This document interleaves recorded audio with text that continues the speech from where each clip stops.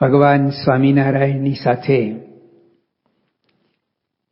એમના પરમહંસો સૂર્યની ફરતી નક્ષત્રમાળાની જેમ શોભતા હતા. આપણે એ પરમહંસોના ગુણો શાસ્ત્રમાં વાંચીએ, સાંભળીએ છીએ. એમના જીવનશૈલી, પ્રણાલી, સંપ્રદાયની નીતિ રીતિ, આ બધું પરમહંસોના મુખે લખાયેલું ને જીવાયેલું આપણે વાંચીએ છીએ ત્યારે આપણને અંતરમાં એમાંથી ઘણી પ્રેરણા મળે છે. આપણા નિયમ ધર્મમાં, આજ્ઞા ઉપાસનામાં કે બીજી કોઈ નાની મોટી ભૂલો થઈ હોય તો આ પરમહંસોનું જીવન આપણા માટે દીવાદાંડી રૂપ છે.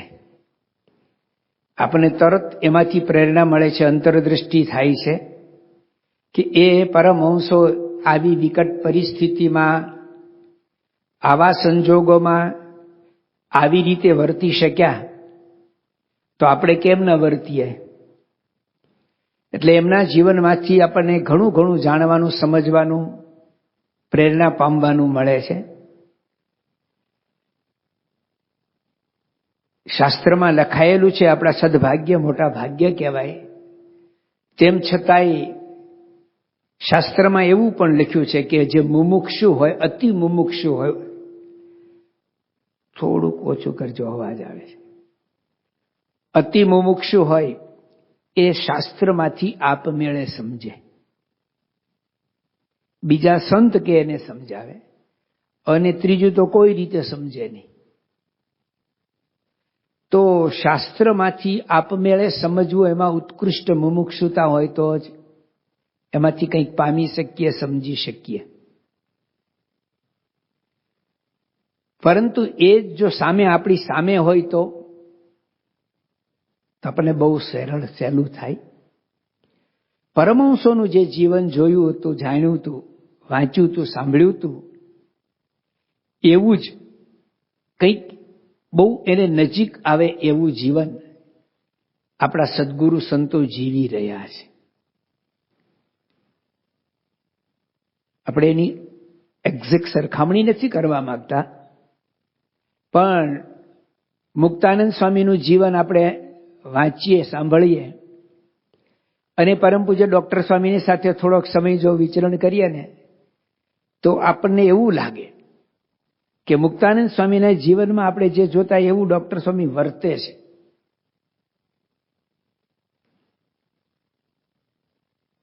અક્ષર બ્રહ્મ ગુણાતીતાનંદ સ્વામીની વાત કરીએ તો આપણા પ્રગટ સત્પુરુષો, ગુણાતીત ગુરુઓ, ગોપાળાનંદ સ્વામી, નિત્યાનંદ સ્વામી, બ્રહ્માનંદ સ્વામી, નિષ્કુળાનંદ સ્વામી. હું કોઈ એક સંતને એકની સાથે સરખાવા નથી માંગતો. આ બધા સંતોના જીવનમાંથી જે જોઈએ ને તો આપણને કોઠારી સ્વામીનું જીવન જોઈએ તો એવું લાગે કે નિષ્કુળાનંદ સ્વામીનો વૈરાગ્ય કોઠારી સ્વામીના જીવનમાં આપણને એવું દેખાય કે મુંબઈ જેવી રજોગુણી નગરીમાં રહેવા છતાંય એની સામે ઠાકોરજીને ધરાવેલો ધનુર્માસનો આટલો મોટો થાળ ધરવામાં આવે ને તો એમાંથી દાળિયાનો દાણો એક પસંદ કરે. એટલે ઘણું બધું એવું સાદૃશ્ય આપણને દેખાય. ગયા શુક્રવારે પૂજ્ય ઈશ્વરચરણ સ્વામીની વાતો આપણે કરી હતી. તો મહારાજના સમયમાં બ્રહ્માનંદ સ્વામી કલા કૌશલ્યમાં પ્રવીણ હતા, એવી રીતે પૂજ્ય ઈશ્વરચરણ સ્વામીના જીવનમાં આપણને દેખાય. આજે આપણે વાત કરવાના છીએ પૂજ્ય વિવેક સાગર સ્વામીની. વિવેક સાગર સ્વામીનું નામ આપણે બોલીએ એટલે વિવેક સાગર સ્વામી કોઈ પણ જગ્યાએ ગયા હોય, એકલા ઊભા હોય ને તો એ લાગે બાપા અહીંયા છે.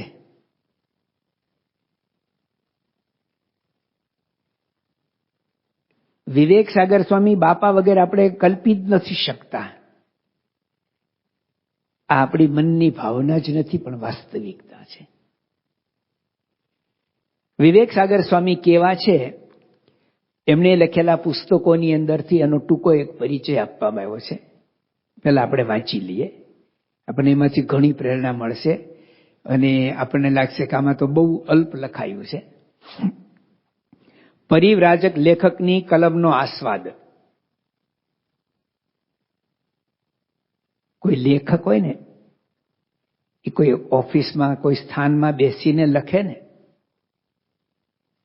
તો એને લખવા માટેનું ઘણું બધું સાહિત્ય, આખી એક લાઇબ્રેરી જોવે.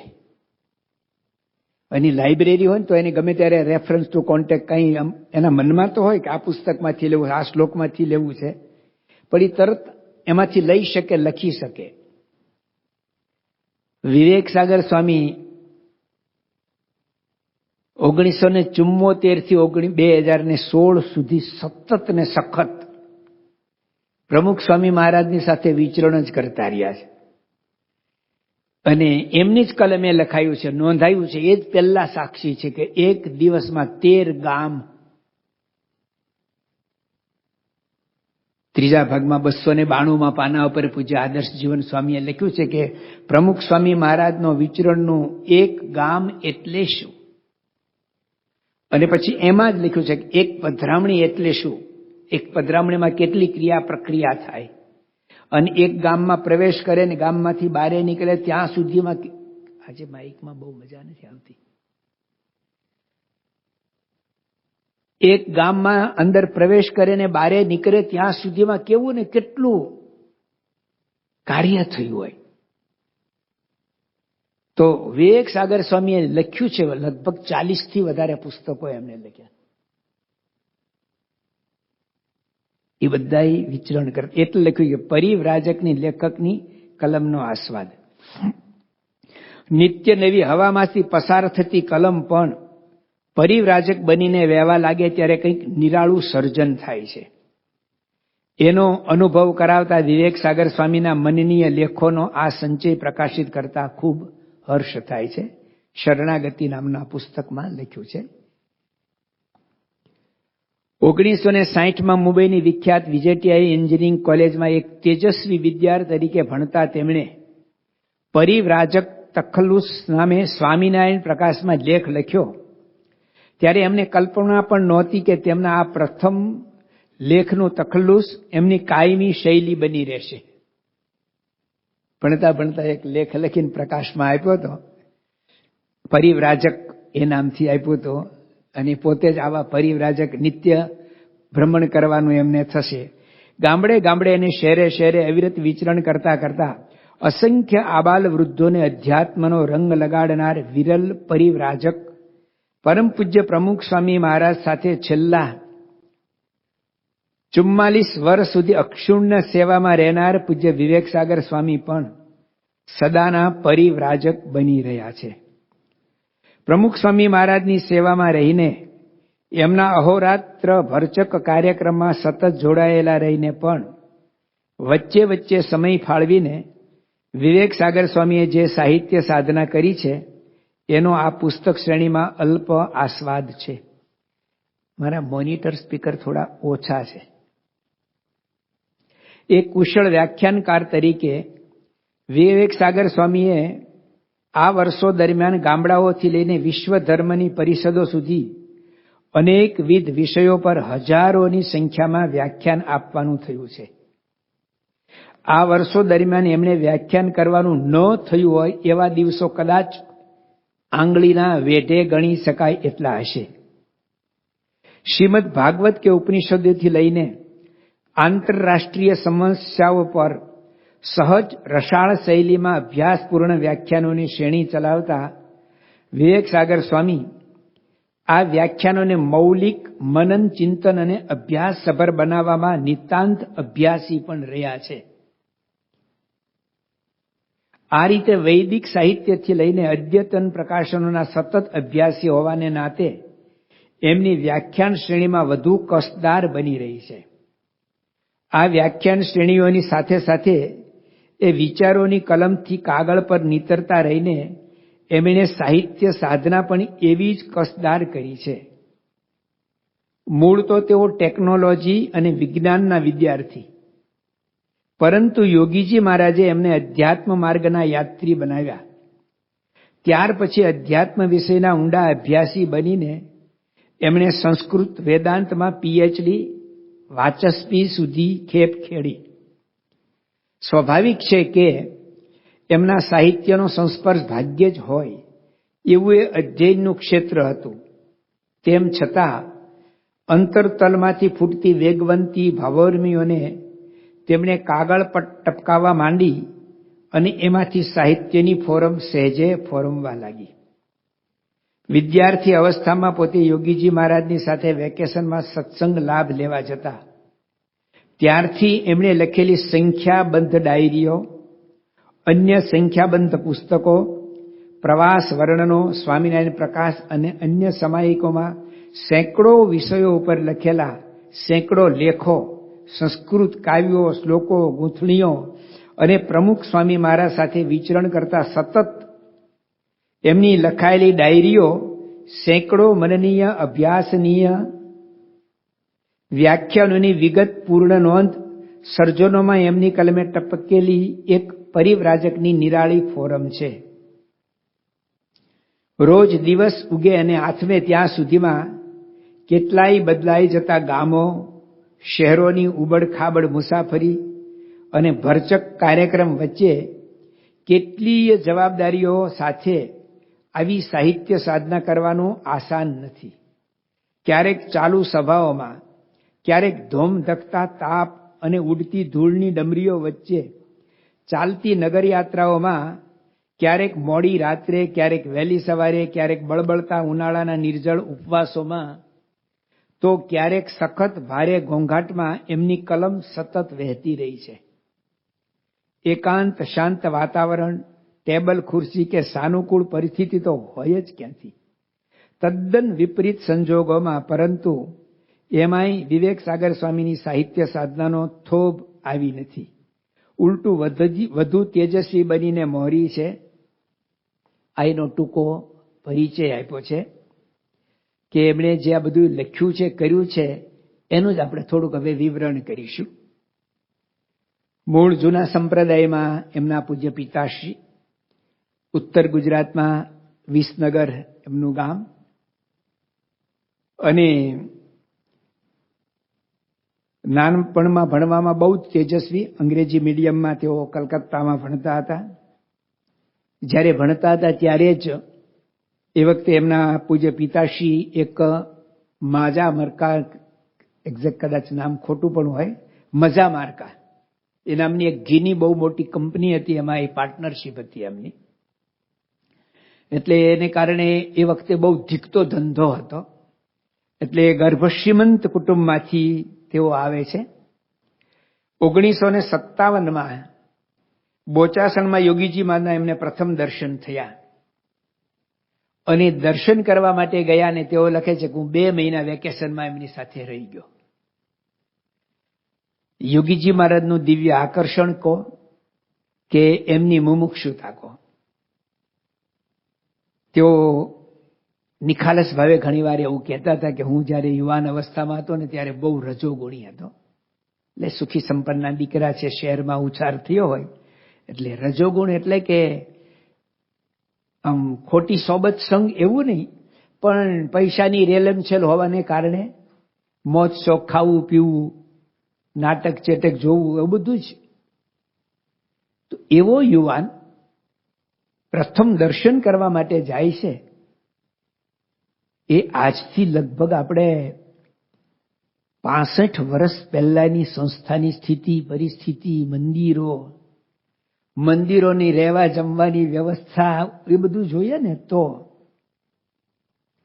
એવું લાગે કે આવા ભણેલા ગણેલા અને સુખી સંપન્ન દીકરાઓ છે ને 2 મહિના રહેવું છે એવું દ્રઢ નિર્ધાર કરીને આવ્યા હોય તો પણ 2 દિવસ ન રહે. ગમે તેટલો દ્રઢ નિર્ધાર કરીને આવ્યા હોય તો પણ 2 દિવસ પણ ન રહે, એવી મંદિરોની સ્થિતિ, પરિસ્થિતિ હતી. એમાં યોગીજી મહારાજ 2 મહિના બોચાસણમાં જ નથી રહ્યા. બોચાસણની આજુબાજુના ઘણા બધા ગામડાઓમાં યોગી બાપાનું વિચરણ હતું અને એ વિચરણની અંદર એમણે આ બાપાની સાથે રહ્યા અને યોગી બાપાનો સમાગમ કર્યો. અને પછી તો બસ જે એમને લગ્ની લાગી ગઈ. તો સાધુ થયા ત્યાં સુધીમાં દર વર્ષે દિવાળીને ઉનાળુ વેકેશનમાં યોગી બાપાની સાથે હોય. પ્રથમ દર્શને જ પ્રીત લાગી ગઈ. પ્રીત પુરવની જાગે ગુરુજી મારા, પ્રીત પુરવની જાગી ગુરુજી મારા, પ્રીત પુરવની જાગી. ભાગે અમને ભરત ખંડમાં સંત મળ્યા છે સોહાગી ગુરુજી મારા, પ્રીત પુરવની જાગી ગુરુજી મારા, પ્રીત પુરવની જાગી. યોગીજી મહારાજે જ આવા મુમુક્ષુ હોય એને ખેંચ્યા કે તેઓ ખેંચાયા, હું કે તમે નક્કી કરી શકતા નથી. પણ 2 મહિના યોગીજી મહારાજની સાથે રહ્યા. હું આમાં એના આંકડા બોલેલા હતા પણ ભૂલી ગયો કે યોગીજી મહારાજને મેં પ્રથમ દર્શન કર્યા ત્યારે યોગી બાપાની ઉંમર આટલી હતી. પ્રમુખ સ્વામી મહારાજની કાળી ભમ્મર જેવી દાઢી, આટલા વર્ષની ઉંમર હતી. મહંત સ્વામીને પણ મેં યુવકમાં ત્યારે સાધુ થયા પહેલા એમાં જોયા, ત્યારે એમની ઉંમર આટલી હતી અને મારી ઉંમર આટલી હતી. 19 વર્ષની એમની લગભગ ઉંમર હતી. પછી મુંબઈમાં VJTIમાં ભણવા આવવાનું થાય છે. આપણે થોડોક પ્રસંગ જાણી લીધો હતો કે એમના પૂજ્ય પિતાશ્રી એમને અમદાવાદ રેલવે સ્ટેશને ગાડીમાં બેસાડવા માટે આવ્યા હતા, વળાવવા માટે આવ્યા હતા કે મુંબઈ છોકરો ભણવા માટે જાય છે. પૂજ્ય કોઠારી સ્વામીના ભાઈ ડોક્ટર પુરુષોત્તમભાઈ એ પણ એમના નાના ભાઈને મુંબઈ ભણવા જતા એટલે સ્ટેશને મૂકવા માટે આવ્યા હતા. એ જ ટ્રેનમાં, એ જ ડબ્બામાં, એ જ કમ્પાર્ટમેન્ટમાં આ 2 મુમુક્ષુઓ ભેગા થયા. અને પછી ઓળખાણ થઈ કે ક્યાં જાવ છો? મુંબઈ. શેના માટે? તો કે મને ત્યાં એડમિશન મળ્યું છે. કઈ કોલેજમાં? VJTIમાં. બને VJTIમાં. અને પછી રૂમ પાર્ટનર તરીકે રહ્યા અને આજે પણ એ 2 રૂમ પાર્ટનર જેવા જ આપણે સૌ અનુભવીએ છીએ. તો મુંબઈ ગયા અને ત્યાં યોગીજી મહારાજનો યોગ રહ્યો. અને યોગીજી મહારાજ ત્યાં મુંબઈમાં ના હોય ત્યારે પરમ ભગવદીય શ્રી હર્ષદભાઈ દવેનો સમાગમ કરવાની યોગી બાપાની આજ્ઞા હતી. અને હર્ષદભાઈ દવેનો બધા સમાગમ કરતા. પૂજ્ય ડોક્ટર સ્વામી, કોઠારી સ્વામી, ત્યાગવલ્લભ સ્વામી ને વિવેક સાગર સ્વામી હર્ષદભાઈને ત્યાં છેલ્લા વર્ષોમાં જ્યારે નક્કી થઈ ગયું કે હવે સાધુ જ થવું છે, ત્યારે તો કોક 3 મહિના, કોક 6 મહિના સુધી એમના ઘરે જ ધામા નાખીને પછી રહ્યા હતા. અને વિવેક સાગર સ્વામીએ લખ્યું ને કે હર્ષદભાઈ દવેનું ઘર એટલે બ્રહ્મ જ્ઞાનનો અખાડો. એ બ્રહ્મ જ્ઞાનના અખાડાની અંદર તૈયાર થયેલા યોગીજી મહારાજે પછી એમને આજ્ઞા કરી કે તમારે સાધુ થવાનું છે. તો મનથી તો બધા તૈયાર જ હતા. અને યોગી બાપાની આજ્ઞા આવી અને 1960માં મુંબઈની અંદર કપોળવાડીમાં 9 યોગેશ્વરોને યોગી બાપાએ દીક્ષા આપી. બધાના માતા પિતાને ધન્યવાદ છે કે એ વખતે પોતાના ભણેલા ગણેલા ગ્રેજ્યુએટ થયેલા બધા છોકરાઓ એવી રીતે સાધુ થવા માટે આપવા પણ યોગીજી મહારાજની એવી સાધુતા. અને સાધુ ત્યાર પછી ગઢડામાં કળશ જયંતિ વખતે 51 યોગેશ્વરોને દીક્ષા આપી.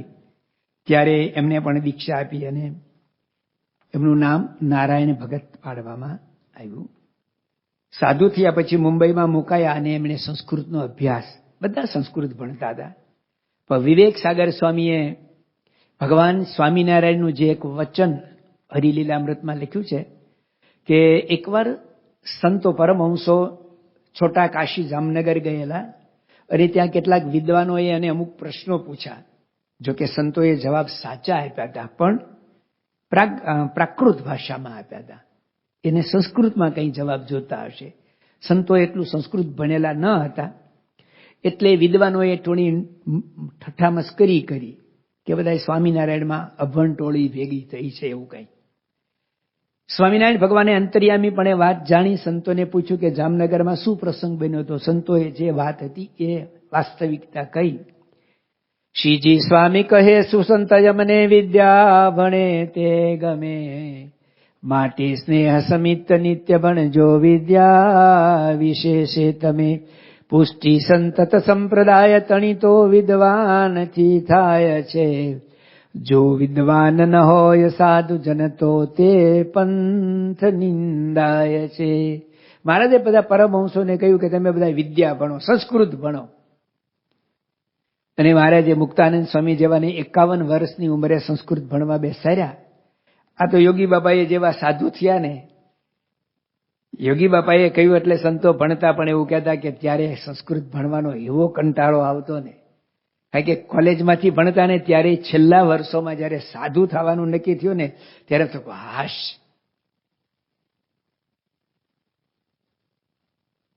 અને એમાં પાછું ભણવાનું આવ્યું, મોટા પુરુષની રુચિ. યોગી બાપા ભલે સંસ્કૃત ભણેલા નહોતા ને, પણ એ ગણેલા હતા. એમણે જાણ્યું કે ભવિષ્યમાં સંપ્રદાયની પુષ્ટિ માટે ભગવાન સ્વામિનારાયણની જે આજ્ઞા છે એ પ્રમાણે સંતો તૈયાર થાય એ અતિ હિતાવહ છે.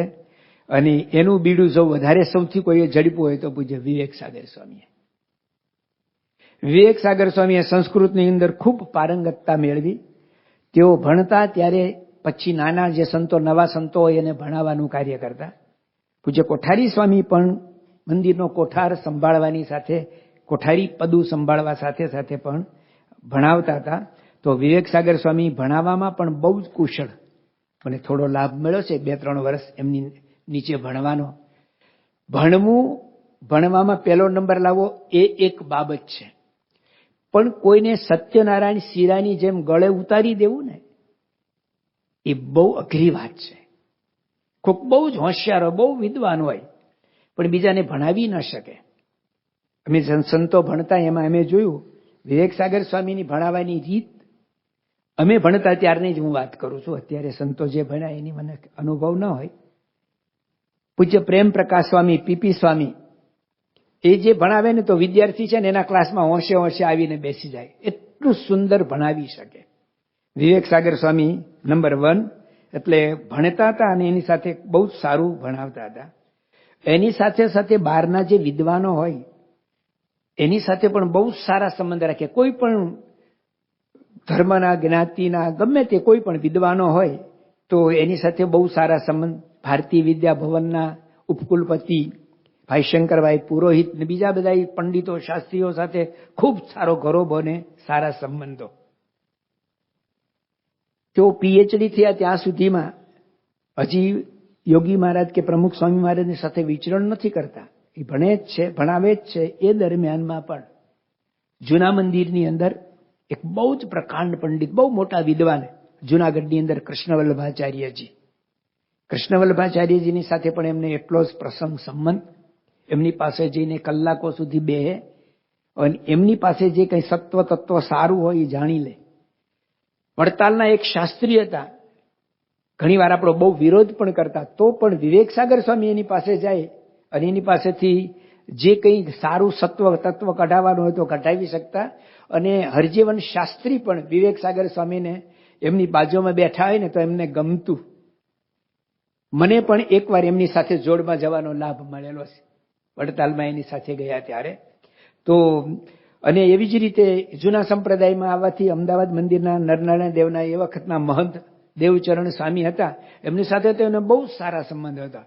એટલે જૂના સંપ્રદાયના જે એવા વિદ્વાન સંતો હતા એની સાથે પણ એ સારો સંબંધ અક્ષર પુરુષોત્તમ સંસ્થામાં હોવા છતાં પણ રાખતા. એનું જે સારું કાર્ય હોય એ વખાણતા કરતા. આનો ભદ્ર કર્તવ યાંતુ વિશ્વત. ઉપનિષદનો જે મંત્ર છે એ પ્રમાણે ક્યાંયથી પણ સારું હોય તો એ ગ્રહણ કરતા. એટલે વિદ્વાનો અને સ્વામિનારાયણ સંપ્રદાયના વિદ્વાનો પાસેથી એ સાર ગ્રહણ કરતા. એની સાથે સાથે મુંબઈની અંદર લાઇબ્રેરી, ત્યાર પછી સંસ્થામાં જે લાઇબ્રેરીઓ થઈ, મુંબઈમાં એ જે જગ્યાએ રહેતા હતા બહુ જ નાની રૂમ હતી. એમના માટે એકલા માટે નહીં, પણ એ લાઇબ્રેરીની રૂમ બહુ જ નાની રૂમ હતી. આમ તો આખું અક્ષર ભવન જ નાનતું હતું, એટલે એક ફ્લોરની અંદર 60 સાધુઓને રહેવાનું. પણ એમાં પણ એમણે મુંબઈની લાઇબ્રેરીમાં 5000 જેટલા સંસ્કૃત અને પ્રાકૃત સાહિત્યિક બધા પુસ્તકો વસાવેલા. જૂના જૂના લેખો, ખરડાઓ, જે કંઈ જૂનું કંઈ ક્યાંયથી મળે, સત્સંગીના ઘરે પ્રમાણભૂત ઇતિહાસકાર એવી જો કોઈ સાહિત્ય કે કંઈ સ્વામિનારાયણ સંપ્રદાયનું મળે તો એ બધું લાવે, સાચવી રાખે અને એની માવજત કરતા. ભણતા ભણાવતા, એની સાથે એક અચ્છા લાઇબ્રેરિયન પણ એ હતા. લાઇબ્રેરીના બધા પુસ્તકોને સરસ મજાના પૂઠા કરવા અને કોઈ ભણે લાવીને લઈ જાય મૂકવું બધું જ એકલા હાથે કરતા. એટલે વિવેક સાગર સ્વામી ભણાવ્યા ત્યાં સુધી એવું કહેવાય તો કહી શકાય કે એમણે સાહિત્યમાં છે ને એ અત્યંત ઊંડા ઉતરી ગયા હતા. આપણે હમણાં જાણ્યું ને કે તો વિજ્ઞાન ટેકનોલોજીના વિદ્યાર્થી હતા, પણ યોગી બાપાએ એમને આજ્ઞા કરી તો મેઘાણી કૃત અને બીજા સારા કનૈયાલાલ મુનશી જેવા સૌરાષ્ટ્રની રસધારને એવા બધા સાહિત્યિક પુસ્તકો પણ ખૂબ મોટા પ્રમાણમાં વાંચેલા. એટલે એમના લેખનની અંદર આપણને આવી બધી છાપ પણ આજે જોવા મળે છે. તો આવો એમણે ઊંડાણપૂર્વકનો અભ્યાસ કર્યો. તેઓ જ્યારે ત્યાગી થયા ને ત્યારે એમને પાર્ષદ અવસ્થામાં 20 વર્ષ સુધી રહેવાનું થયેલું છે. 1960માં એને દીક્ષા લીધી, 61માં. તે 81માં ભગવાન સ્વામિનારાયણ દ્વિશતાબ્દી પ્રસંગે પ્રમુખ સ્વામી મહારાજે ક્રાંતિ કરી અને બધી જ્ઞાતિના બધાને સાધુ બનાવ્યા. એ પૂર્વે સ્વામિનારાયણ સંપ્રદાયની અંદર હજી પણ કેટલાક જગ્યાએ અમુક જ્ઞાતિઓને ત્યાગાશ્રમની દીક્ષા નથી મળતી. આપણે ત્યાં ત્યાગાશ્રમની દીક્ષા મળતી, પણ એને પાર્ષદ અવસ્થામાં રહેવાનું હતું. એ ભગવાન સ્વામિનારાયણ દ્વિશતાબ્દીએ પ્રમુખ સ્વામી મહારાજે ક્રાંતિ કરી અને બધાને પાર્ષદી દીક્ષા મળે, પણ પછી થોડે સાધુની દીક્ષા મળે. તો 20 વર્ષ સુધી, એમાં છેલ્લા 10 વર્ષ 71 થી 81 સુધી પ્રમુખ સ્વામી મહારાજનું જે એકદમ અત્યંત કઠિન પીડાભર્યું વિચરણ હતું ને એમાં એ પોતે સાક્ષી છે. અને સફેદ કપડામાં ફરવાનું, ગામમાં ફરવાનું, દિવસના 5-5, 7-7 ગામ, કપડા ક્યાં ધોવા, અને સફેદ કપડાને તો ડાઘ જલ્દી પડે. મને યાદ છે અમે વેકેશનમાં એમની સાથે જતા, બાપાની સાથે લાભ લેવા. એનું કપડું ભૂલમાં પણ કોઈ પાર્ષદે ધોયું હોય ને તો એને પગે લાગીને કહી દે મારા કપડાને અડવાનું નહીં. આટલા વિદ્વાન હોય, બાપાની સાથે ફરતા હોય. અને જે કંઈ એ વખતના અમે બધા સંતો હતા ને, થોડુંક પણ જો કંઈ બોલતા, પ્રવચન કરતા, કથા કરતા કોઈ શીખ્યા ને તો અમારા બધા માટે રોલ મોડલ વિવેક સાગર સ્વામી જ હતા. એ જે તૈયાર કરે ને એની નોટ જ પછી એમાંથી એ બોલે અને આપણે સાંભળીને આપણે લખવાનું. વિવેક સાગર સ્વામી પોતે એવું કહે છે કે હું નોટ ન લખું, હું પહેલા બોલું ને પછી નોટ લખું. હું આજે જે બોલ્યો ને પછી યાદ કરીને લખી લો કે આ હું બોલ્યો તો. એવી એમના પર યોગી બાપા પ્રમુખ સ્વામી મહારાજની કૃપા. અને પછી મેં નોંધ લખી હોય ને એને પછી ફરી મઠારી કરી અને પછી લેખ પુસ્તક રૂપે આવે. સ્વામિનારાયણ પ્રકાશમાં જાય કે બીજે ત્રીજે લખીને પછી એના પુસ્તક થાય. હું પહેલા લખું ને પછી બોલું નહીં. યોગી બાપાની એમના ઉપર કૃપા હતી. પણ અમે બધા એ જે બોલતા એમાંથી જ એ કરતા. તો 20 વર્ષ સુધી એમને કોઈના કપડાં કોઈને ધોવા આપ્યા નથી. અને ભૂલમાં પણ જો કોઈએ ધોયા હોય ને તો રાજી થવાને બદલે નારાજ થઈ જાય. પગે લાગીને કહી દે મારા કપડાને નહીં અડવાનું, મારા કપડા. એના કપડા તાર ઉપર સૂકવાય ને કોઈ વાળે ને તો પણ એને ન ગમે. એ કે ગોપાળાનંદ સ્વામી એવું કહેતા કે આપણી કોઈક સેવા કરે ને તો એના માટે આપણે 2-5 માળા ફેરવવી પડે, એટલું પુણ્ય એટલું જતું રહે. મને તો આખો દિવસ માળા ફેરવવાનો સમય જ નથી મળતો. આમ તો વર્ક ઇઝ વર્શિપ, આખો દિવસ એનું કર્મ એ જ ભક્તિ હતું. બાપાની સાથે અખંડ રહેવાનું એ જ એક મોટી ભક્તિ છે. તો એવું વિનયપૂર્વક કહી અને કોઈ દિવસ કોઈની સેવા એમને લીધી નથી. આ મને એકદમ યાદ આવે છે. 1974 થી એ પોતે સંસ્થામાં પ્રથમ PhD થયા. અને PhD થયા પછી બાપા પ્રદેશ પ્રવાસમાં આવ્યા ત્યારે એમણે સાથે લીધા. અને આપણા વિદ્વાન સંતોમાં, સદગુરુ સંતોમાં એક સંત પૂજ્ય ઘનશ્યામ ચરણ સ્વામી કે ગુણાતીત મોરલો એ દિવસથી ટહુકવા માંડ્યો. આજની તારીખે બાપાની સાથે પરદેશ પ્રવાસમાં ગયા ને ત્યારે વિવેક સાગર સ્વામીએ પોતે કમ્પોઝ કરેલો એક વૈદિક મંત્ર એ વેદગાન તરીકે ગવાતો હતો ત્યારે. પણ દરેક સભાની અંદર ધૂન પ્રાર્થના થઈ જાય ને પછી એવું કે હવે પૂજ્ય વિવેક સાગર સ્વામી નારાયણ ભગત વેદગાન કરશે. અને પોતે ઊભા થઈ અને આવી અને આમ આંખ બંધ કરીને વેદગાનનો જે ઓમ હદરમ, મને નહીં આવડે, મારો અવાજ નથી એવો, પણ જે મીઠે સુરે હલકથી જૂનું વેદગાન જો ક્યાંકથી મળે ને તો ખરેખર સાંભળવા જેવું. એનો જૂના બધા પ્રવચનોમાં આવે. જે ગામમાં જઈને જો વેદગાન કોઈ સમયની અનુકૂળતા ન રખાયું ને તો લોકો આજે કંઈક ખૂટે છે સભામાં. અને વેદગાન પૂરું થાય ને તાળીઓના ગડગડાટ થાય, બધા એકદમ પિન ટોપ સાયલેન્ટ, બહુ ખુશ થઈ જાય. એવું સરસ એમણે વેદગાનનું કમ્પોઝિશન કરેલું. અને દરેક સભાના પ્રારંભમાં લગભગ બધી જગ્યાએ મોટી સભાઓ હોય ત્યારે અચૂક એ એમનું વેદગાન એમના મુખે સાંભળવા મળતું. બધા ખૂબ રાજી થતા. 1974માં બાપાની સાથે વિદેશ વિચરણની અંદર એમણે ખૂબ સારી કથા, પ્રવચનો આ બધું કર્યું. અને એ દિવસથી પ્રમુખ સ્વામી મહારાજની પણ એમના ઉપર વિશેષ દ્રષ્ટિ પડી ગઈ.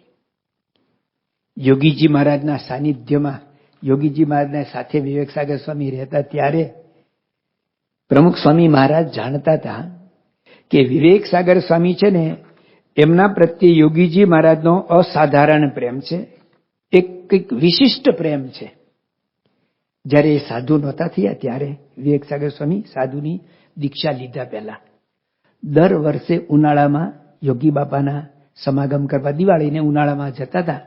એકવાર ઉનાળાનો સમય છે, યોગીજી મહારાજ ભાલ પ્રદેશમાં, એટલે કે અમદાવાદ અને બરવાળાની વચ્ચેનો જે પ્રદેશ કહેવાય, ધંધુકાની આજુબાજુના ગામડા, ત્યાં યોગીજી મહારાજ હતા.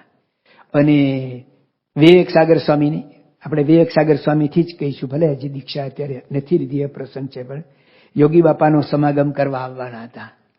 એટલે યોગી બાપાએ જ્યાં તેઓ વિચરણ કરતા ત્યાંથી સાથે ફરતા બે યુવકોને પાણીની માટલી લઈ અને ત્યાં રાયકા સ્ટેશને મોકલ્યા કે નારાયણ ભગત, નારાયણભાઈ આવવાના છે, તો તમે જાઓ એમને લેવા માટે.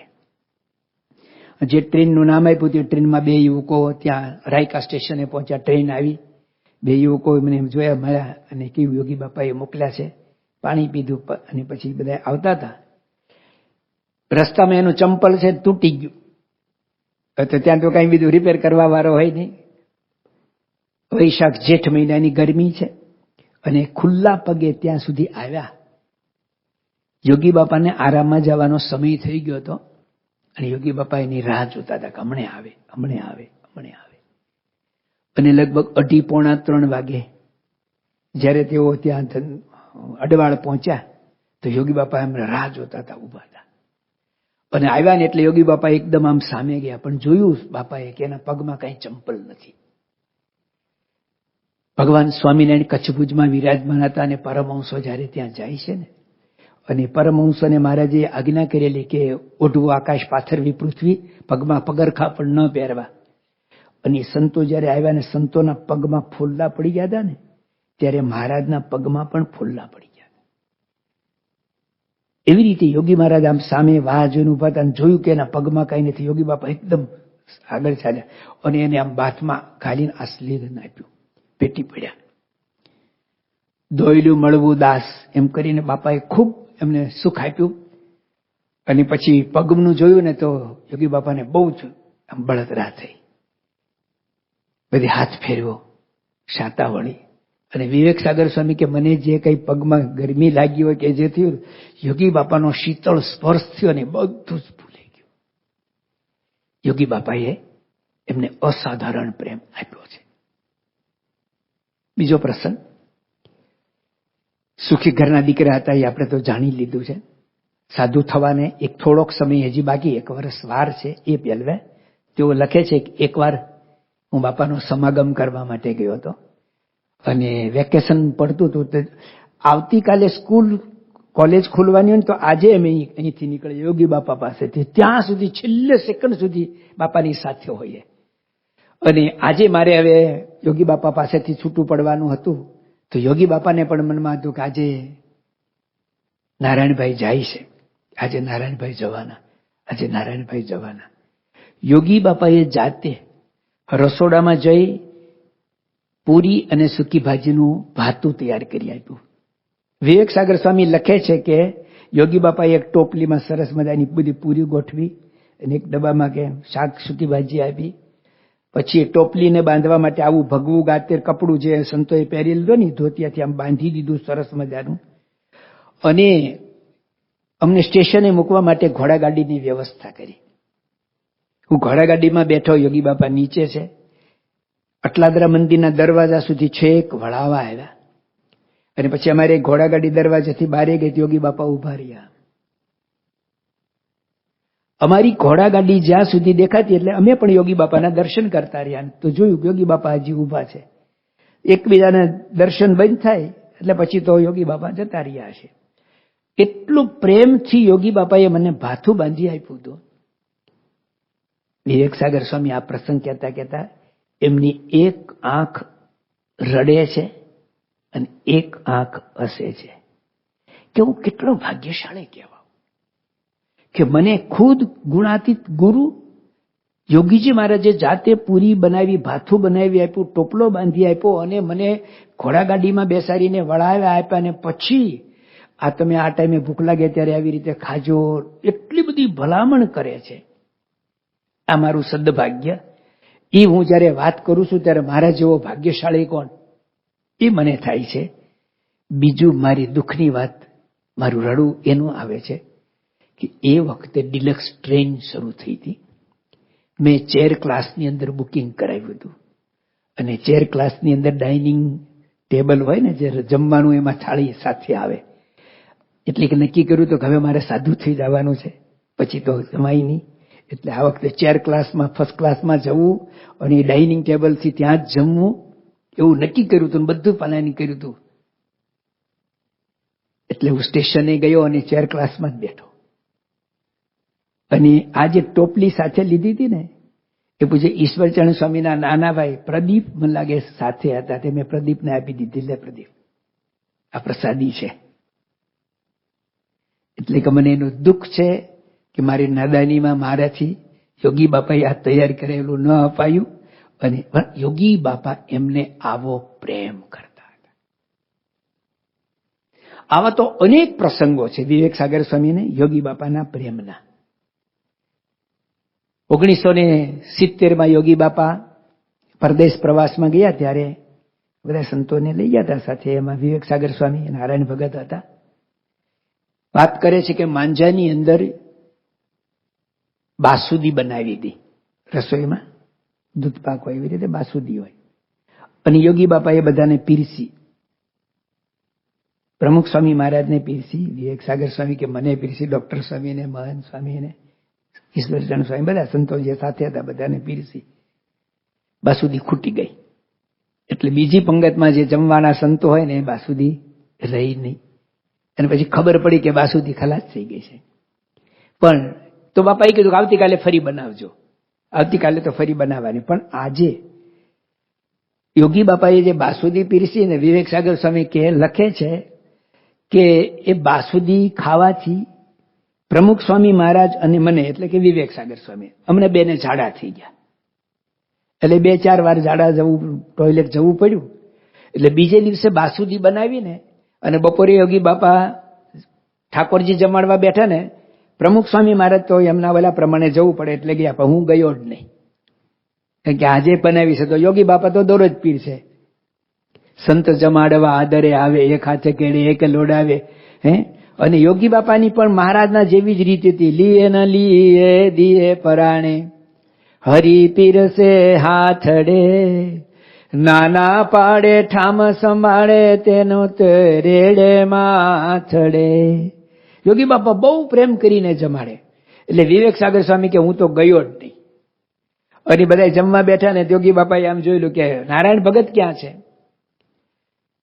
તો કોઈ બોલાવા ગયું ને તો એમણે કહ્યું કેજો કે મારે જમવું નથી, મારે નથી જમવું. એટલે હું તો યોગી બાપાએ ફરી મોકલ્યા કે જાઓ, જમવું ન હોય તોય આવે.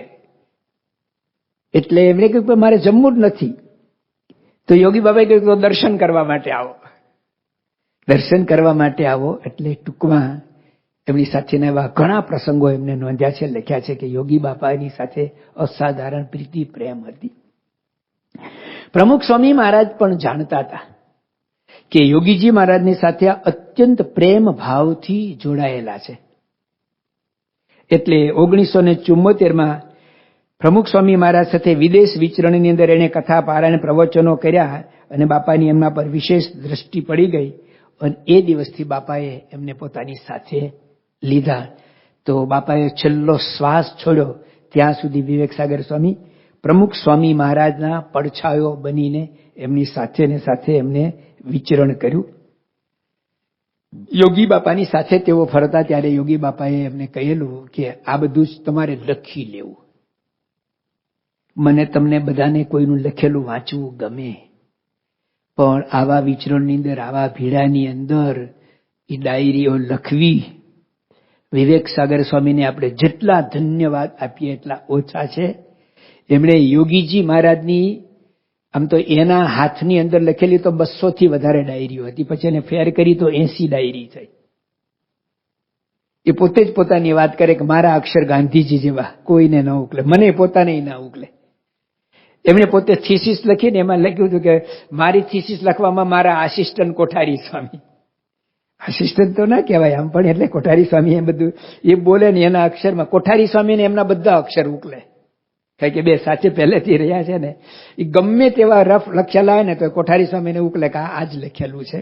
એટલે એમની આખી થીસીસ પૂજ્ય કોઠારી સ્વામીએ સારા ફેર અક્ષરમાં લખી આપી છે. તો વિવેક સાગર સ્વામીએ એના જે અક્ષર હતા એ એટલા બધા ખરાબ નહોતા, પણ આટલી બધી ઉતાવળમાં લખવાનું હોય, નીચે રાખવાની કોઈ સાંધર ન હોય એવી સારી પેનો નહોતી, સારા કાગળ નહોતા, એટલે અક્ષર એવા સ્વાભાવિક હોય થાય. પણ એમાં પણ એણે બહુ જ હજારોની લાખોની સંખ્યામાં પાનાઓ, પત્રો અને રિપોર્ટ બધું લખી અને સંસ્થાની મહાન મહાન મહાન સેવા કરેલી છે. યોગીજી મહારાજના 2-3 મુખ્ય પ્રવચનો છે. એક તો સમગ્ર અમારા બીએપીએસ સંસ્થાના સાધુ સમાજ માટેની બહુ મોટી દેન. યોગીજી મહારાજ જૂનાગઢની અંદર આજે સવારની સભામાં યોગી બાપાની વાતો કરી હતી એમની પુણ્યતિથિ નિમિત્તે, કે જૂનાગઢમાં મને 1.5 કે 2.5 વર્ષ જ રહેવાનું થયું છે, પણ તે છતાં યોગી બાપા વારે વારે આ બધા સંતો બનાવ્યા પછી કહેતા કે અમારા જૂનાગઢમાં, અમારા જૂનાગઢમાં, અમારા જૂનાગઢની રીત. તો એ જૂનાગઢની રીત, રસમ શું હતી, સાધુતાનો કસબ શું હતો, યોગીજી મહારાજ જે બોલ્યા એને શબ્દશ લખી અને અમારા જૂનાગઢમાં એ ટાઇટલ નીચે જ એક સંતો માટેની બહુ સુંદર નાની પુસ્તિકા છે, જે વાંચવાથી સંતોને પોતાને પોતાનું જીવન ક્યાં છે, કેવું બનાવવું જોઈએ, એની પળે પળે એને એમાંથી જાણપણું મળે એવું સુંદર એ વિવેક સાગર સ્વામીએ લખ્યું છે. અને બીજું, આપણે મેળાવની પ્રાર્થના 28મી ફેબ્રુઆરીએ યોગી બાપા મેળાવની અંદર 66ની સાલમાં, અને યોગી બાપા વહેલી સવારે ઉઠીને મંગળ પ્રવચનમાં એના હૃદયની અંદરથી જ અચાનક ગુરુ મહિમાના સ્ત્રોત્ર શબ્દો એ જે વહેવા લાગ્યા ને, વિવેક સાગર સ્વામી, મહંત સ્વામી મહારાજ ત્યાં હતા, ઈશ્વરચંદ સ્વામી, કે અમે 3-4 સંતો હતા અને યોગી બાપા બોલતા આછું અજવાળું હતું, પણ યોગી બાપાએ અમને કહેલું ને કે તમારે બધું લખી લેવું. તો યોગી બાપા બોલતા જતા હતા ને વિવેક સાગર સ્વામી એક બાજુ ખૂણામાં અમને બતાવેલી જગ્યા પણ કે આ જગ્યાએ બાપાનો પલંગ હતો, આ ખૂણામાં હું બેઠો હતો અને આવી રીતે લખતો હતો. નીચે લખીને ટેકો રાખવાનું કંઈ હતું નહીં, પણ બધું શબ્દે શબ્દ લખેલું. મેળાવની પ્રાર્થના યોગી ગીત આપણે વાંચીએ ને, એમાં આ પૂજામાં આપણે આ પ્રાર્થના વાંચીએ છીએ, એ પ્રાર્થના પૂજ્ય વિવેક સાગર સ્વામીએ લખેલી છે.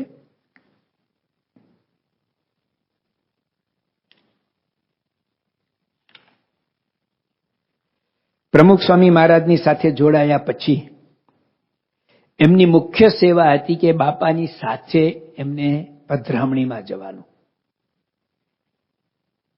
અતિશયોક્તિ ન હોય તો પ્રમુખ સ્વામીનો પડછાયો એટલે વિવેક સાગર સ્વામી. જ્યાં આપણી કાયા ત્યાં આપણી છાયા. કાયા અને છાયાને આપણે જુદી ન કરી શકીએ. એમ પ્રમુખ સ્વામી મહારાજને જેટલો ભીડો પડ્યો છે ને, એટલો જ ભીડો વિવેક સાગર સ્વામીને પડ્યો છે. સાંકરીમાં અમારી સંતોની શિબિરમાં બાપાના ભીડા ભક્તિની વાત નીકળી કે પ્રમુખ સ્વામી મહારાજ આવો આવો આટલો ભીડો. વાત સાચી હતી, વાસ્તવિક પ્રસંગો જ રજૂ થયા હતા. અને જ્યારે બાપાને પ્રવચન કરવાનું, આશીર્વાદ આપવાના વારો આવ્યો ત્યારે બાપા કે તમે મારા ભીડાની વાત કરો છો, મારા કરતા તો વિવેક સાગરને ડબલ ભીડો છે. બાપા તો વિવેક સાગર બોલે. બાપા કે વિવેક સાગર સ્વામીને મારા કરતા ડબલ પીડો છે. બાપા કે હું તો કદાચ બપોરે સૂઈ જાઉં. વિવેક સાગર સ્વામી બાપાની સાથે ફર્યા ત્યારે એક ગામમાં એક જ દિવસ રોકાવાનું હોય, કોઈના ઘરે ઉતારો હોય ને તો એને સત્સંગની વાતો, સત્પુરુષની વાતો કરીને પછી જે જંપે. મને યાદ છે 1977માં અમે 10 સંતો બાપાની સાથે હતા. ડરબનની અંદર અમે 7 દિવસ રહ્યા અને છેલ્લે દિવસે વિદાય હતી મગનભાઈ ગોસાઈને ત્યાંથી, અને એમનો દીકરો બાપાની પાસે આવ્યો. મગનભાઈ એના દીકરાને લાવ્યા. બાપા કે આ કોણ છે? તો કે મારો દીકરો. નામ ઠામ પૂછ્યું બાપાએ. અને પછી એ તમે તો બાપા બીજું શું કરી શકે, થોડી એને વાત કરી આ તે. પછી બાપાએ અમને સંતોને કહ્યું કે આ સમયે મને વિવેક સાગર યાદ આવ્યા. વિવેક સાગર સ્વામી કે હું જ્યાં જાઉં ને ત્યાં જેના ઘરે ગયા ને મારે કોઈ ચિંતા જ નહીં. જેના ઘરે ઉતર્યા એની ઘરે એના સગા સંબંધી મહેમાનો આવ્યા તો કલાકો સુધી વાતો કરે. રાતના 12-2 વાગ્યા હોય તો પણ એને સંસ્થા સત્પુરુષ સત્સંગ છે એની દ્રઢતા કરાવીને પછી એ સુવે. એટલે બાપાએ કહ્યું કે મારા ભીડા કરતા તો વિવેક સાગર સ્વામીને વધારે ભીડો છે. એ વિવેક સાગર સ્વામી યોગી બાપાના સમયથી વહેલી સવારે 4:30 વાગે ઉઠે. લગભગ 99% મંગળા પહેલા એની પ્રાતઃ પૂજા બધું પૂરું થઈ ગયું હોય. આજની તારીખે પણ હજી એવા જ એ જ સમયે જાગે છે અને નિત્યક્રમ બધો પૂરો કરે છે. અને ત્યાર પછી બાપાની પ્રત્યેક ક્રિયાની અંદર એને સાથ પણ આપવાનો અને સાધકની તરીકે સાધના પણ કરવાની. આટલા વર્ષથી સાથે ફરવા છતાં પણ બહુ વર્ષો પછી, એટલે કે બાપાની સાથે લગભગ 35 વર્ષથી ફરતા તો મુંબઈની અંદર એકવાર, ત્યારે બાપા પ્રમુખ સ્વામી મહારાજ 12 વાગે આરામમાં જતા હતા. તો 12માં 5-7 મિનિટની વાર હોય ત્યાં સુધી પોતાના રૂમમાં લખતા હોય ને એ બંધ કરીને આવે. હમણે બાપા આવે આરામમાં જશે તો છેલ્લે પોઢે પ્રભુ સકલ મુનિ કે શ્યામ દર્શન કરવા આવે. સવારે ઉઠે ત્યારથી આખો દિવસ પડછાયાની જેમ સાથે જ હોવા છતાં પણ પ્રમુખ સ્વામી મહારાજના પોઢે પ્રભુ આરામમાં જતા છેલ્લા દર્શન કરવા માટે જાણે પહેલી વાર તમે પરદેશથી બાપાના દર્શન કરવા ગયો, જેટલી આતુરતા અને ઉતાવળ હોય એવી આતુરતા અને ઉતાવળથી વિવેક સાગર સ્વામી રૂમમાં આવે અને આમ બાપાના દર્શન કરતા હોય. બાપાની પાસે દર્શન કરવા માટે આવ્યા અને મીટિંગ ચાલુ હતી અને સેવકોએ આમ બારણું ખોલીને બલું કરે ને તો બાપાએ કહ્યું કે હજી મારી મીટિંગ 1/4 કલાક કે કલાક ચાલશે, બધા હુઈ જાઓ. આમ જો તો આજ્ઞા થઈ કે ભાઈ આ તો દરરોજનું છે તો શું કરવું. મારા જેવા કેટલાય આજ્ઞા પાળી લીધી. વિવેક સાગર સ્વામીએ સાંભળી લીધી, પાછા લખવા ગયા અને જીદ કીધું હતું ને 1/4 કલાક કે કલાક, તો 1/4 કલાકે ફરી પાછા આવીને ઉભા રહી ગયા. આ વિવેક સાગર સ્વામી શ્રદ્ધાવાન લભતે જ્ઞાનમ. 2-3 દિવસ સમાગમ કરવા માટે જઈએ ને તો સારું, અથવા બાપા અહીંયા 7 દિવસ રહ્યા ને ત્યારે આપણને બહુ મજા આવી હતી. પણ 8મે દિવસે બાપા ગયા ને આપણે બધા લાંબા હોડ તાણીને હુઈ ગયા હતા. હાશ કે આજે ખેંચી લો. પ્રીત કરે પુરુષોત્તમ સાથે નિત્ય નવી. દરરોજ નિત્ય નવી ને નવી શ્રદ્ધા રહેવી, આવો ભાવ રહેવો ને. મને પોતાને એવું લાગે છે, એમના જીવનમાં એમની સાથે રહ્યા છીએ, જોયું છે, તો પણ અઘરું લાગે છે. બોલવું, વાત કરવી, વર્ણન કરવું સહેલું છે, પણ એવું વર્તન કરવું અઘરું છે. વિવેક સાગર સ્વામીના જીવનમાં સાથે રહેનાર બધા સંતોએ અનુભવ્યું છે કે આ શ્રદ્ધા એમની પહેલે જ દિવસે હતી એવી ને એવી છેક છેલ્લે દિવસ સુધી એમની રહી. દરેક ગામની અંદર જાય બાપા, અત્યારે આપણે કહેવું હોય તો એવું કહેવાય કે સંપ્રદાયનો એન્સાઇક્લોપીડિયા એટલે પૂજ્ય વિવેક સાગર સ્વામી. આ વખતે આપણને બધાને અનુભવ થયો અમેરિકા વાસીઓને. પૂજ્ય વિવેક સાગર સ્વામીએ દરેક રિજનની અંદર 2-3 દિવસ હરિભક્તોની સાથે મીટિંગ એટલે કે સભાઓ રાખી હતી ને. આમ બેઠા હોય ને તો તરત જ એક તો એમણે ત્યાંથી જ પહેલા તો જે તે રિજનની અંદર જે તે કોઠારી હોય ને એને કહ્યું હતું કે આને બધાને બોલાવજો બધાને, અને પછી એને યાદ આવે ને તો પાછા 5-15 નામ લખીને મોકલી દે કે આને આ હતા, અહીંયા હતા, અહીંયા હતા. અને અહીંયા પછી એક સાથે આટલા બધા બેઠા ને ઓલામાં જોવે ને તો તરત કહી દે કે આનું આ ગામ, આનું આ સ્થાનિક કોઠારી ન ઓળખતા હોય, સ્થાનિક વેલાને નામ કદાચ ખબર હોય, કોકને કંઈક ખબર હોય, પણ વિવેક સાગર સ્વામી એનો કુળનો કુટુંબનો બધાનો ઇતિહાસ જેવી રીતે પ્રમુખ સ્વામી મહારાજ આખી વંશાવળી બોલી જાય ને, 2, 3, 4 પેઢીના નામ બોલે, એના વેવાય કોણ ને બેનો દીકરીઓ ક્યાં પરણાવીને એના સગા સંબંધી બધું જ આમ ફટાફટ બોલવા માંડે. એટલે કે સંપ્રદાયનો બોલતો ચાલતો ઇતિહાસ અને ઇન્સાઇક્લોપીડિયા, સંપ્રદાયનો ઇન્સાઇક્લોપીડિયા, સાંપ્રદાયિક જ્ઞાન સંબંધી, શાસ્ત્ર સંબંધી, ઇતિહાસ સંબંધી, ભગવાન સ્વામીના તીર્થો, જ્યાં જ્યાં ભગવાન સ્વામિનારાયણ વિચરાય તીર્થોની માહિતી જોતી હોય ને, તો આપણે બીજે ક્યાંય જવાની જરૂર નહીં. એક જ વ્યક્તિને પૂછો તો ઓલ ઇન વન, એક જ જગ્યાએથી આપણને બધું જ મળી જાય. તો બાપાની સાથે વિચરણમાં એકવાર હું સાથે હતો અને વિવેક સાગર સ્વામી બાપાની સાથે જે પધરામણીનો થેલો લઈને ફરે ને, આપણે એ થેલો ઉપાડવો છે ને આમ ગમે, એના માટે પ્રેસ્ટિજિયસ કહેવાય કે બાપાની સાથે હું થેલો લઈને ફરું. પણ તું ફર ને ત્યારે તમને ખબર પડે કે 12 કિલો વજન ન હોય. અને 2-1 કલાક થાય ને, મને યાદ છે, હું તો મારો પ્રસંગ એની હારે કહું છું કે મેં થેલો લઈને હું ફરવા લાગ્યો. આમ તો 99% કોઈને આપે જ નહીં, પણ બહુ આગ્રહ કરો તો પછી બાપાની સાથે વળી આપે ઉપાડવા. બપોર સુધી આપણે ઉપાડીએ ને, બપોરે બાપા જમવા આવે ને ત્યારે બીજા સંતોષી સાથે લાભ લેવાય ને, એ બાપાની સાથે બહુ મજા આવે છે, તું જા ફર. એટલે બીજા સંતને આપણે પકડાવી દઈએ ને આપણે બપોર સુધીમાં જ આપણી પરીક્ષા થઈ જાય. આપણે ક્યાં છીએ? 40 વર્ષ સુધી બાપાની સાથે આવી રીતે ફર્યા. એને કોઈને થેલો પકડાવ્યો નથી. અને ન પકડાવે એનું કારણ કે એમના થેલાની અંદર બાપા પાણીની બોટલ માગે, કે નાના છોકરાને લટ લેવાની કાતર માગે, કંઠી માગે, માળા માગે, પ્રસાદીના પુષ્પ માગે, કે કોઈ એવું સાહિત્ય માગે, કોઈ બહારના જોયેલો આવ્યો તો તમે એના થેલામાં છે ને આંખ બંધ કરીને આમ જોવે ને, જેમ હાર્મોનિયમ વર્ષોથી વગાડતો હોય કેમ કી ઉપર જ એની આંગળીઓ જાય, એમ રીતે વિવેક સાગર સ્વામી એના થેલામાં હાથ નાખે ને બધી વસ્તુ એને ખબર પડે. અને મારા જેવાને આપતા જ ટાઈમ લાગે, એટલે પછી એ ફાવે નહીં. તો એને કોઈ દિવસ એ થેલાની સેવા એમણે વર્ષો સુધી બાપાની સાથે રહી અને આવી રીતે કરી. અને જે ગામમાં ગયા એ હરિભક્તોના નામ ઠામ હમણે છેલ્લા ઘણા સમયથી, એટલે કે લગભગ 2 વર્ષથી મારા ખ્યાલ પ્રમાણે 60 પ્રવચનો એને આપ્યા છે સંતોની સભામાં. સંતો એટલે સારંગપુરમાં, જે અત્યારે સંતો સારંગપુરમાં તેઓ આ કોરોના કાળ દરમિયાન રહ્યા ત્યારે એ દરમિયાનમાં એમણે બાપાની સાથેનું વિચરણની વાતો બધી કરી છે. જે ડાયરીમાં લખ્યો ને એ પાછી અમને બધાને વાત કરતા હતા. શું વાતો કરી છે. અને વાતોની અંદર વિશેષતા તો એ આવી કે ભાઈ બાપા આ ગામમાં ગયા, આવો કોઈ પ્રસંગ બન્યો, એ કે એ તો વાત સાચી છે. પરંતુ એ ગામની અંદર પ્રમુખ સ્વામી મહારાજે કંઈક વાત કરી હોય, કોઈ વિશિષ્ટ અર્થ કર્યો હોય, વચનામૃત નિરૂપણ કર્યું અને એમાં કંઈક વિશિષ્ટ અર્થ કર્યો ને, તો આખો શબ્દશઃ લખ્યો છે. પૂજ્ય વિવેક સાગર સ્વામીએ બાપાની લખેલી ડાયરીઓમાંથી, એમણે પોતાની લખેલી નોંધોમાંથી 1-2 ડાયરી નાની એવી, નાની એટલે આટલી મોટી પણ નોટની, ફક્ત એમાં પ્રમુખ સ્વામી મહારાજના ઉપદેશ. લૌકિક રીતે હું કહું છું કે કોઈ પ્રમુખ સ્વામી મહારાજ શું છે એ ન જાણતા હોય, કોણ છે ન જાણતા હોય, અને પ્રમુખ સ્વામી મહારાજ પ્રવચન કરે ને વિવેક સાગર સ્વામી એક સભામાં પ્રવચન કરે ને, તો એને એવું લાગે કે આ તો ખરેખર જબરજસ્ત વિદ્વાન છે. વિવેક સાગર સ્વામીની પ્રવચન કરવાની કળા, યોગી બાપા પ્રમુખ સ્વામી મહારાજના એના ઉપર 4 હાથ ગણો કે એની મહેનત ગણો. પણ પ્રાસંગિક પ્રવચન કરવાનું હોય, વાર તહેવાર ઉત્સવ સમયા હોય, અથવા તો કોઈ બારે વિશિષ્ટ સભા હોય, કોઈ વિશિષ્ટ રીતે કઈ આયોજન થયેલું હોય, અને ત્યાં આગળ પ્રાસંગિક પ્રવચન કરવામાં તો એ મહાર કહેવાય.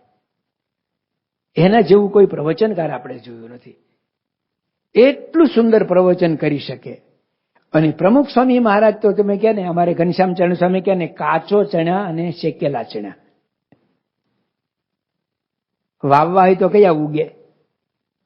ભલે બાપા સાવ સાદી સરળ ભાષામાં બોલે ને, પણ એ કોકની સામે જોવે, કોઈકને બોલે ને કે સાધુ થાય તો એ સાધુ થઈ જાય તરત. પણ પ્રમુખ સ્વામી મહારાજની એવી સાદી સરળ વાણી ભાષામાં પણ કંઈક એવું સૂત્રાત્મક, સત્યાત્મક, સિદ્ધાંતિક વાક્ય આવે ને, એની ડાયરીમાં લખ્યું, એઝ ઇટ ઇઝ લખ્યું હોય. એમની સાથે બીજા મહાનુભાવો કોઈ આવ્યા, મળવા મુલાકાતીઓ આવ્યા, એના જીવનમાંથી કંઈ ઉદ્ગાર નીકળી ગયો હોય, પ્રમુખ સ્વામી મહારાજ માટે કંઈક બોલાયું હોય, સારું બોલાયા ને, તો વિવેક સાગર સ્વામી એઝ ઇટ ઇઝ એને એ જે બોલ્યા ને એ જ. કેટલીક વાર છેલ્લે બાપાની બાજુમાં એક નાનું ટેપ રેકોર્ડ પણ મૂકતા હતા. બાપા જે બોલ્યા એમાં આવી જાય. તો કોઈ મહાનુભાવ આવ્યા અને બાપાની સાથે બોલ્યા, એમાં જે ટેપ થયું હોય ને, વિવેક સાગર સ્વામીની ડાયરીમાંથી વાંચો તો એઝ ઇટ ઇઝ એજ એક શબ્દો કાનો માત્ર વધારીને ન લખે. આ બ્રહ્મની વાણી કહેવાય, એ બ્રહ્મનાદ કહેવાય. એમાં મારે તમારે કઈ સુધારો કાનો માત્રનો કઈ ન કરાય. મહંત સ્વામી મહારાજ 2017 અહીં આવ્યા ને, તો એમણે લખ્યું આપણું સંપીલું પરિવાર, આપણું સંપેલું પરિવાર. બધા વાંચે ને તો શું કે શું હોવું જોઈએ? આપણો સંપેલો પરિવાર. બરાબર, આપણો સંપેલો પરિવાર. મહંત સ્વામી મહારાજે લખ્યું આપણું સંપેલું પરિવાર. આપણે કઈ ફેરફાર ન કર્યો. બ્રહ્મ વાક્ય છે, બ્રહ્મના અક્ષરે લખાયું છે, બ્રહ્માક્ષરમ. વિવેક સાગર સ્વામી બાપાની સાથે ફરતા પીએચડી છે, આટલા વિદ્વાન હોવા છતાંય પ્રમુખ સ્વામી મહારાજના શબ્દમાં કાના માત્રનો એ સુધારો ન કરે. આટલો એને બાપાનો બ્રહ્મ ભાવનો મહિમા સાક્ષાત્કાર કે બ્રહ્મ વાક્ય કહેવાય, એમાં મારાથી કોઈ સુધારો થાય નહીં. તો બાપાની સાથે ફરીને બાપાના શબ્દો પ્રવચનો એમણે લખ્યા, એનો પ્રવાસ લખ્યો. અને રામાયણમાં જેમ એક સુક્તિ એટલે કે ચોપાઈ છે, એ ચોપાઈને વિવેક સાગર સ્વામીએ સાર્થક કરી. ચોપાઈ શું કે છે? રામ સિંધુ ગન સજન ધીરા, ચંદન તરુ હરિ સંત સમીરા. રામ સિંધુ, ભગવાન છે ને દરિયા જેવા છે, પણ વાદળા છે ને એ દરિયાના મીઠા પાણીને, ખારા પાણીને મીઠું બનાવે. ભગવાન રામ છે ને એ ચંદનનું વૃક્ષ છે, પણ પવન છે ને એ ચંદનના વૃક્ષની સુગંધ બહાર સુધી લઈ જાય. પ્રમુખ સ્વામી મહારાજ આવા ગુણાતીત પુરુષ છે, બ્રહ્મી સ્થિતિ છે, એશા બ્રાહ્મી સ્થિતિ જે કંઈ છે તે એને જન સમાજ આપણા સૌની સમક્ષ પ્રગટ કરાવવામાં સૌથી મોટો જો કોઈનો ફાળો હોય ને તો પૂજ્ય વિવેક સાગર સ્વામીનો છે. મહંત સ્વામી મહારાજ વિવેક સાગર સ્વામી માટે બોલ્યા છે, એકની એક વાત દિવસમાં 2, 4, 5, 10 વાર કરવામાં વિવેક સાગર સ્વામી એટલા જ ઉત્સાહથી વાત કરે. સ્વામી એક દિવસ કરાય. મેં અત્યારે પ્રવચન કર્યું ને આજે, એની અમારે સાંજે કરવું ને તો મારો ફ્યુઝ ઉડી જાય. અને આ તો સામે બેઠા જ હતા ને. વિવેક સાગર સ્વામી એ નથી જોયું. આપણે બેઠા ને આપણે ભાઈ આપણને લાગે કે આપણે સાંભળી છે, આપણે આધિ વ્યાધિ ઉપાધિમાં કાંઈ સાંભળતા જ નથી, સમજવાની તો વાત જ ક્યાં રહી. એમને કોઈ દિવસે હું જોયું જ નથી, કોઈ સાંભળે કે ન સાંભળે મારી ફરજ છે, હું એમની સાથે છું, તો એમણે પોતાની ફરજ 100% નિભાવી છે. અને સામેની વ્યક્તિને વાતો કરવી એ મોટી સેવા છે. ગુણાતીતાનંદ સ્વામીને મહારાજે કહ્યું તો એમણે હંમેશા વાતો કરવામાં ક્યારેય પાછી પાની વાળી નથી. અહોર હવાર, વહેલા મોડા, રાતના વહેલા ઉજાગરો થયો, ગમે તે થયું હોય, પણ એ હંમેશા વાતો કરવામાં આવી રીતે પાવરધા જ રહ્યા છે. અને બાપાની સાથે રહ્યા તો સંપર્ક, નામ, ઠામ, ગામ આ બધું જ પણ એમને પોતાની ડાયરીમાં નોંધ્યું છે. એટલે એમની સંપ્રદાયમાં, સંસ્થામાં બહુ જ મોટી સેવા છે. બાપાનું જયારે જબરજસ્ત વિચરણ ચાલતું હતું ને, ત્યારે એટલા બધા ગામો એક પછી એક બધે ગોઠવાઈ ગયો, અને વચ્ચે હરિભક્ત કોઈ આવે કે મારે ગામમાં, બાપાના મુખે ના પડાવવી એના કરતા સેવકો ના પાડે તો સારું, અને સેવકો ના પાડે તો અબજસ મળે. બાપાની પાસે જાય ને તો બાપા કે હું આવીશ. વિવેક સાગર સ્વામીએ ના પાડી હોય કે નહીં આવે, અને બાપાને આગળ પાછું ગમે તેમ કરી યુક્તિ પ્રયુક્તિ જાય, બાપા કે સારું તમે એમાં આવશું. એટલે પેલી વ્યક્તિ વિવેક સાગર સ્વામીને મોઢે ને મોઢે કે તમે જ વચ્ચે ત્યાં નકામા છો, ના પાડો છો. આવું તો કેટલી વાર અપમાન થતું હતું. અને આવું થતું હોય તો શું થાય કે ભાઈ મૂકોને પડે, આપણે નથી આવું કરવું. વિવેક સાગર સ્વામી એવું કોઈ દિવસ ઉદાસીનપણું છે એવું નથી. એમના માટે, પ્રમુખ સ્વામી મહારાજ માટે એમને કદાચ કોઈ 2 શબ્દ કહી જાય તો જે દુઃખ થાય તે થાજો રે રૂડા સ્વામીને ભજતા. જે થવું હોય થાય, પણ એમણે એમની ફરજ પ્રમાણિકપણે નિભાવી છે. વિવેક સાગર સ્વામી માટે જેટલું કહીએ એટલું ઓછું છે. સમય થવા આવ્યો છે. 2-3 મિનિટમાં થોડીક વાત કહી દઉં. આટલાને આવા બુદ્ધિશાળી હતા. એ કેવી એમની સ્થિતિ કરી છે, થઈ છે એને. બાપાની સાથે ફરીને આવા ભાવને પામેલા સદગુરુ લેવલના સંત. વર્ષો સુધી વિવેક સાગર સ્વામીનું નામ કોઈ સંસ્થાની કમિટીમાં કે મિટિંગમાં, ટ્રસ્ટીમાં ક્યાંય નહીં.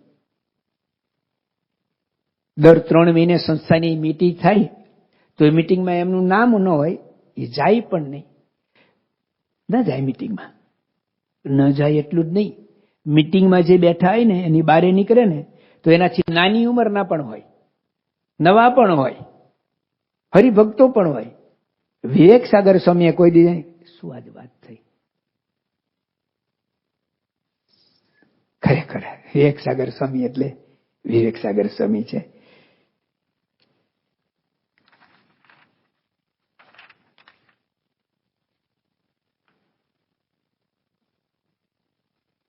યોગી મહારાજ અને પ્રમુખ સ્વામી મહારાજ સાથે ગોપીઓ જેવા પ્રેમ ભાવથી ભગવાનમાં જોડાયેલી હતી ને, એવી રીતે યોગીજી મહારાજ અને પ્રમુખ સ્વામી મહારાજ સાથે સાચા અર્થમાં દ્રઢ પ્રેમ ભાવથી, સમજણથી, જ્ઞાનથી જોડાયેલા આ જ્ઞાની પુરુષ. પ્રમુખ સ્વામી મહારાજથી એમને જુદું પડવાનું થયું જ નથી. 1977માં પ્રમુખ સ્વામી મહારાજ પ્રદેશ પ્રવાસમાં આવ્યા ત્યારે વિવેક સાગર સ્વામી ભારતમાં હતા, વિચરણમાં ગયા હતા. પછી એકેય વાર બાપાએ એમને એ કર્યું નથી. 2014માં છેલ્લે પ્રમુખ સ્વામી મહારાજ અમેરિકા અક્ષરધામમાં માટે પધાર્યા ને, વિવેક સાગર સ્વામી સારંગપુરથી તો સાથે જ અમદાવાદ આવ્યા ને બીમાર પડી ગયા અને હોસ્પિટલાઇઝ કરવા પડ્યા. અને છેલ્લો એ દિવસ હતો, બીજો કોઈ ઉપાય જ નહોતો. બપોર પછી બાપાને નીકળવાનું હતું અને ડોક્ટરોએ કહ્યું કે જઈ શકાય એવી સ્થિતિ જ નથી. એટલે એ પ્રવાસમાં વિવેક સાગર સ્વામી ત્યાં અમદાવાદ રોકાયા. બાપા અહીંયા અમેરિકા આવ્યા. 10 દિવસનો એમનો કાર્યક્રમ પૂરો કરીને બાપા પાછા 14 દિવસ કે કંઈક પાછા જ્યારે બાપા આવ્યા અને બંનેનું જે મિલન આપણે વિડીયોમાં એ વખતે દર્શન કર્યા છે, હજી દર્શન થાય છે. આપણને લાગે કે ખરેખર જો તુમ તોડો પિયા મેં નહીં તોડું, મેં વાલો વશ કીધા મુજને વાલે વશ કીધી, આમી સામી પાન બીડી લીધી ને દીધી. વિવેક સાગર સ્વામીને પ્રમુખ સ્વામી મહારાજ પ્રત્યે જેવું હેત હતું એવું જ, બલકે એથી વધારે હેત પ્રમુખ સ્વામી મહારાજને વિવેક સાગર સ્વામી માટે હતું. છેલ્લા દિવસોની વાત સમય નથી ને આપણે કરી પણ નહીં શકીએ. મારું ગળું પણ નહીં બોલી શકે. એ બધું યાદ આવે તો મારાથી જ નહીં બોલાય. પણ એના જીવનમાંથી આપણને ઘણું ઘણું શીખવાનું મળે છે. શ્રી સ્વામિનારાયણ ભગવાનની જય.